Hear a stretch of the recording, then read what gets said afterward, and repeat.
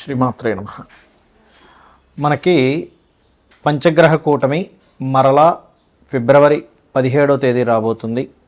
17వ తేదీ నుంచి almost month ending వరకు ఉంటుంది. అంటే ముందుగా చంద్రుడు కలుస్తాడు పంచగ్రహ కూటమి. చంద్రుడు వెళ్ళిపోయిన తర్వాత 22వ తేదీ నుంచి కుజుడు వచ్చి జాయిన్ అవుతాడు. కాబట్టి మధ్యలో 1-2 డేస్ గ్యాప్ ఇచ్చి మొత్తం మీద ఒక దాదాపుగా మీకు ఒక 12-13 రోజులు పంచగ్రహ కూటమి ఉంటుంది. దీని వలన మీకు కలిగేటువంటి ఫలితాలు ఏమిటి, ఏ విషయాల పట్ల మీరు జాగ్రత్తగా ఉండాలి. అదేవిధంగా మీరు చూడండి, వల్ల రేపు మనం ఎప్పటి నుంచో చెప్పుకుంటూ వస్తున్నాం, చాలా విచిత్రాలు జరుగుతాయి, చాలా అప్ అండ్ డౌన్ జరుగుతాయి. అదేవిధంగా షేర్ మార్కెట్ క్రాష్ అవుతుంది, గోల్డ్ రేట్లు సిల్వర్ రేట్లు పెరగడాలు తరగడాలు విపరీతంగా అవుతుంటాయి అనుకున్నాం. మరి ఇందులో ఇన్వెస్ట్మెంట్స్ చేసే వాళ్ళ పరిస్థితి కూడా ఏంటి, దానికి కూడా అసలు ఎటువంటి జాగ్రత్తలు తీసుకోవాలి అనేటువంటి విషయాలు కూడా తెలుసుకుందాం. అయితే ఈ యొక్క అంశాలు చెప్తుంది నేనైనప్పటికీ చెప్పిస్తుంది సాక్షాత్ లలిత అమ్మవారిగా భావిస్తూ ఒక్కొక్కటిగా మనం తెలుసుకుందాం. మకరం వారి కనుక చూసుకున్నట్లయితే మీకు ధనస్థానంలో, కుటుంబ ధనస్థానాల్లో గ్రహణము పంచగ్రహ కూటం ఏర్పడుతుంది. మరి ఈ యొక్క గ్రహకూటం వల్ల మనం గతంలో కూడా చెప్పుకున్నాం, ఈ బంగారం సిల్వర్ రేట్లు విపరీతంగా పెరగడం, ఫ్లక్చువేషన్స్ ఏర్పడడం, షేర్ మార్కెట్ క్రాష్ అవ్వడం, ఇవన్నీ జరుగుతాయని. అయితే దీనివల్ల ఇన్వెస్ట్మెంట్ చేసేవారు ఎటువంటి నిర్ణయాలు, ఎటువంటి జాగ్రత్తలు తీసుకోవాలి, మరియు ఈ పంచగ్రహ కూటమి ధనస్థానంలో ఏర్పడుతున్నందుకు మీకు కలిగే ఫలితాలు ఏమిటి, దేవతారాధన ఏమిటి, మరియు ఎటువంటి జాగ్రత్తలు తీసుకోవాలనేటువంటి అంశాలు చెప్తుంది నేనైనప్పటికీ చెప్పిస్తుంది సాక్షాత్ లలిత అమ్మవారిగా భావిస్తూ ఆ యొక్క అమ్మవారి యొక్క అనుగ్రహం మీకు పరిపూర్ణంగా కలగాలని మనస్ఫూర్తిగా కోరుకుంటూ, ముఖ్యంగా మీకు ధనస్థానంలో గ్రహణం పట్టినందుకు, అధిక గ్రహాలు ఉన్నందుకు ఇక్కడ 2 రకాల ఫలితం ఇస్తూ ఉంటుంది. ఫైనాన్షియల్ అండ్ కుటుంబ సంబంధించినటువంటి విషయాల వల్లే మీరు కొంత ఇబ్బంది పడ్డము. ధనపరంగా 4 రకాలుగా ధనకు సంబంధించినటువంటి క్రియేట్ అవ్వడం కూడా జరుగుతూ ఉంటుంది. అంటే మనం చూడండి, దీని నుంచి కూడా నేను కొంచెం ధనం పొందాలి, దాని నుంచి కూడా ఆ బిజినెస్ చేయాలి, దీన్ని చేయాలి, అది చేయాలంటూ ఉంటారు. వాటి మూలంగా కూడా మీకు యోగం ఉంటుంది. అలాగే 3వ స్థానంలో ఎప్పుడైతే శని ఉన్నాడో, సాటర్న్ 3లో ఉండడం మంచిదే. కాకపోతే కొన్ని కమ్యూనికేట్ చేసేటప్పుడు కొంత జాగ్రత్తగా ఉండండి. ఇక్కడ కూడా మీరు కొంచెం ఈ ప్రాపర్టీ డీల్స్ విషయంలో కొంత జాగ్రత్తగా ఉండాలి. రాజకీయ నాయకులకి మంచి సమయం ఏముంది చెప్పాలంటే, రుణాలు కూడా లభిస్తాయి.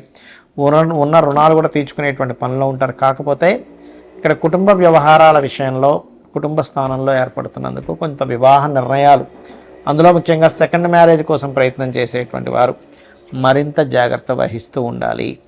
అలాగే వాహనం మీద వెళ్ళేటప్పుడు కాస్త అతివేగం పనికిరాదు. అష్టమ స్థానంలో కేతు ఉన్నందుకు, మరియు ఉద్యోగ అవకాశాలు అయితే బ్రహ్మాండంగా వస్తాయి. ఫైనాన్షియల్ గ్రోత్ ఖచ్చితంగా ఉంది, అందులో ఎటువంటి సందేహం లేదు. అలాగే ఇక్కడ మీరు నిత్యము కూడా లలిత అమ్మవారి యొక్క ఆరాధన చేస్తూ ఉండండి. ఎంత మీరు లలిత చేస్తుంటే అంత బాగుంటుంది. కాకపోతే ఎట్టి పరిస్థితుల్లో వివాహ నిర్ణయాలు తీసుకోకపోవడమే కరెక్ట్. లాంగ్ జర్నీస్ వెళ్ళేటప్పుడు కూడా కాస్త ముఖ్యంగా బుధవారాలు చూసుకుంటూ ఉండండి. సోమవారాలు ఎట్టి పరిస్థితుల్లో వివాహ నిర్ణయాలు, వివాహ సంబంధించిన విషయాలు మరియు పార్ట్నర్షిప్స్ తీసుకోవడం కూడా సోమవారాలు చేయకండి. ఇక్కడ గ్రహాలన్నీ కూడా మనకి సెకండ్ హౌస్లో ఉన్నప్పుడు ధనయోగాన్ని ఇస్తుంటాయి, కానీ ఈ పార్ట్నర్షిప్స్ విషయంలో చిన్న వివాదాలు కూడా కలిగింపజేస్తూ ఉంటుంది. కాబట్టి మీరు నిత్యము కూడా ఓం దుమ్ దుర్గాయ నమః, ఓం మహాగణాధిపతయ నమః అనే మంత్రం చేయండి.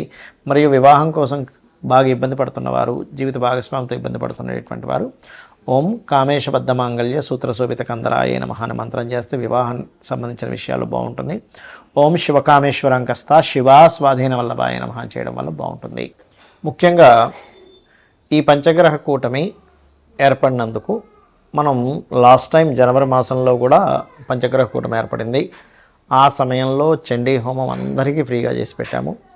అప్పుడే మనం అనౌన్స్మెంట్ చేసాం, నెక్స్ట్ మంత్ క్షేత్రంలో జరుగుతుందని. కామాఖ్య శక్తిపీఠంలో ఈసారి 17, 18, 19 తేదీల్లో 17వ తేదీ గణపతి మరియు లలిత హోమము, 18వ తేదీ నవగ్రహ హోమము, 19వ తేదీ చండీ హోమం జరుగుతుంది. ఆ హోమం జరిగిన తర్వాత రుద్రాక్ష, ఆ హోమంలో పూజలో పెట్టినటువంటి రుద్రాక్ష, మరియు అదేవిధంగా హోమ భస్మము, ప్రసాదము, డ్రై ఫ్రూట్స్ ప్రసాదము, మరియు అదేవిధంగా ఆ యొక్క సింధూర్, మనకి ఏదైతే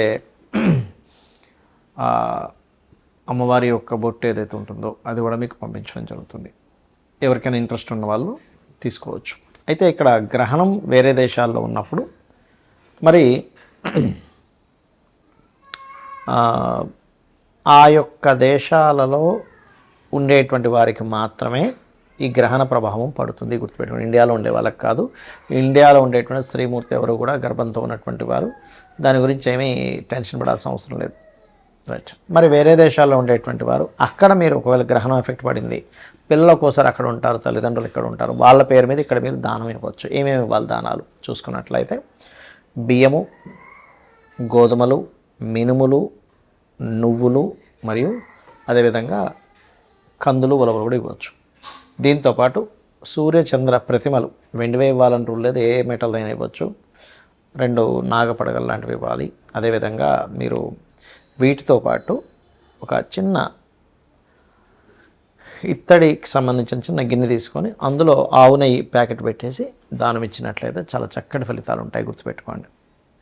అలాగే గ్రహణ సమయంలో మీకు ఏదైనా సమస్య ఉన్నట్లయితే ఆ సమస్యకు సంబంధించిన, ఎందుకంటే ఇక్కడ ఇండియాలో లేదు కదా అని టెన్షన్ ఇది అవ్వక్కర్లేదు. ఇండియాలో లేదు, కానీ ఇండియాలో లేకపోయినప్పటికీ గ్రహణ సమయంలో మీరు చేసుకునేటువంటి జపము యొక్క ఫలితము పూర్తిగా కలుగుతుంది, గుర్తుపెట్టుకోండి. ఓకే. అయితే ఆ రోజు మీకు ఒకవేళ ఉదాహరణకి మీకు సమస్యలు ఉన్నాయి, ఎందుకంటే మనం ఆ రోజు గ్రహణం ఉందనే మనం ఆ రోజు కామాఖ్యలో హోమం కానీ చేస్తున్నాం. క్షేత్రంలో చేసేటువంటి హోమం యొక్క ఫలితం 1000 రెట్లు ఉంటుంది. గ్రహణం రోజు చేసే ఫలితం మరొక 1000 రెట్లు ఉంటుంది. కాబట్టి ఆ రోజు చాలా గొప్పమైనటువంటి విశేషంగా చేయడం జరుగుతుంది. సరే, మీ మటుకు మీరు ఏదైనా మంత్రం చేసుకోవాలి, మీ ఇష్టదైవ మంత్రం చేసుకోవచ్చు, మీ గురువుల దగ్గర పొందిన మంత్రాన్ని మీరు చేసుకోవచ్చు చక్కగా, అందులో ఎటువంటి సందేహం లేదు. అలాగే ఇక్కడ మీరు ఏదైతే లలిత అమ్మవారికి సంబంధించింది అనుకుంటారు, లలిత సహస్రనామాలు, విష్ణు సహస్రనామాలు, శివ సహస్రనామాలు కూడా చేసుకోవచ్చు. దీంతోపాటు ఫైనాన్షియల్ ఇబ్బంది పడుతున్నటువంటి వారు ఓం సంపత్కరీ సమారూఢ సింధుర వ్రజ సేవితాయ నమః అని చేసుకోవచ్చు. అప్పులకి ఇబ్బంది పడుతున్నటువంటి వారు ఓం అపర్ణాయ నమః అని చేసుకోవచ్చు. ఇక ఫ్లక్చువేషన్స్ అవుతున్నాయని మనం చెప్పుకున్నాం ఈ పంచగ్రహ కూటముల వల్ల, గురువు అతిచారం వల్ల, గురువు మిథున రాశిలో ఉండడం వల్ల షేర్ మార్కెట్ కానీ బంగారు సిల్వర్ రేట్స్ కానీ మనం చెప్పుకున్నాం, ఆల్రెడీ విపరీతంగా పెరుగుతాయని చెప్పుకున్నాము, కొంత ఇబ్బంది వస్తుందని చెప్పుకున్నాం. మరి మీరు ఇబ్బంది పడకుండా ఉండాలంటే ఏం చేయాలి? ఏ రాశి వారైనా ఏ లగ్నం వాళ్ళైనా ముందుగా ధనాధిపతి, మీ లగ్నం నుంచి ధనాధిపతి ఎవరో తెలుసుకోండి, మీకు ధనాన్ని ఇచ్చే కారకుడు ఎవరో తెలుసుకోండి, ఆ అధిష్టాన దేవత ఆరాధన చేసుకోండి. ప్రతి లగ్నానికి ధనాధిపతి ఉంటాడు. అలాగే పంచమాధిపతి నిర్ణయం తీసుకునేటువంటి కారకుడు. ప్రజెంట్ పంచమ స్థానంలో కేతు ఉన్నాడు కాబట్టి న్యాచురల్ పంచమ స్థానంలో అందరూ గణపతిని ధ్యానం చేయడం వల్ల మీరు ఎటువంటి రాంగ్ డెసిషన్స్ తీసుకోకుండా ఉంటారు. అలాగే మీ లగ్నం నుంచి పంచమాధిపతిని చేయడం వల్ల మీరు రైట్ టైంలో రైట్ డెసిషన్ తీసుకోవడం జరుగుతుంది. అలాగే ఇక్కడ మరొక విషయం ఏంటంటే లాభాధిపతి, వ్యయాధిపతి అంటే ఇన్వెస్ట్మెంట్స్ కారకుడు ఎవరైతే ఉన్నారంటే 12వ స్థానాధిపతి ఎవరో తెలుసుకొని దానికి సంబంధించిన దానము చేయాలి. లాభాధిపతిని చేయడం వల్ల ఏమవుతుందంటే సక్సెస్ రేట్ అనేటువంటిది పెరుగుతుంది. ఇప్పుడు చూడండి, చాలామంది పలానా తక్కువ ఉన్నప్పుడు కొన్నామండి, పెరిగినప్పుడు భలే లాభాలు వచ్చాయని ఆనందపడ్డ వాళ్ళు ఉన్నారు సొసైటీలో. ఇప్పుడు అయ్యో అనవసరంగా ఎక్కువ ఉన్నప్పుడు కొని ఇప్పుడు తగ్గాయని చెప్పి బాధపడ్డ వాళ్ళు ఉన్నారు. 2 రకాలుగా ఉంది ఇప్పుడు ప్రస్తుత పరిస్థితి. కానీ మీరు ఎక్కడా కూడా ఎక్కువగా ఉండి కొన్నప్పుడు తగ్గిపోయి ఇబ్బంది పడకుండా ఉండాలంటే ఈ నలుగురు అంటే ధనాధిపతి, పంచమాధిపతి ఆలోచనాకారకుడు, లాభాధిపతి, వ్యయాధిపతి మీ లగ్నం నుంచి ఎవరు ఏ ఫలితాలు ఇస్తున్నారో తెలుసుకొని దానికి సంబంధించిన దానము మంత్రము చేయడం ద్వారా అనవసరంగా మీరు రాంగ్ ఇన్వెస్ట్మెంట్ చేసి ఇబ్బంది పడకుండా ఉండగలుగుతారు, గుర్తుపెట్టుకోండి. అలాగే ఈ యొక్క బంగారం సిల్వర్ యొక్క రేట్లు ఈ ఒక్కరోజు కాదు, గుర్తుపెట్టుకోండి. ఇది ఒక 1.5 year వరకు ఈ ఫ్లక్చువేషన్స్ జరుగుతూనే ఉంటాయి. విపరీతంగా పెరుగుతూ ఉంటుంది, విపరీతంగా తగ్గుతూ ఉంటుంది. కాబట్టి don't worry, long term investment చేసే వాళ్ళకి ఇబ్బంది ఏమీ ఉండదు, గుర్తుపెట్టుకోండి. శ్రీమాత్రే నమః.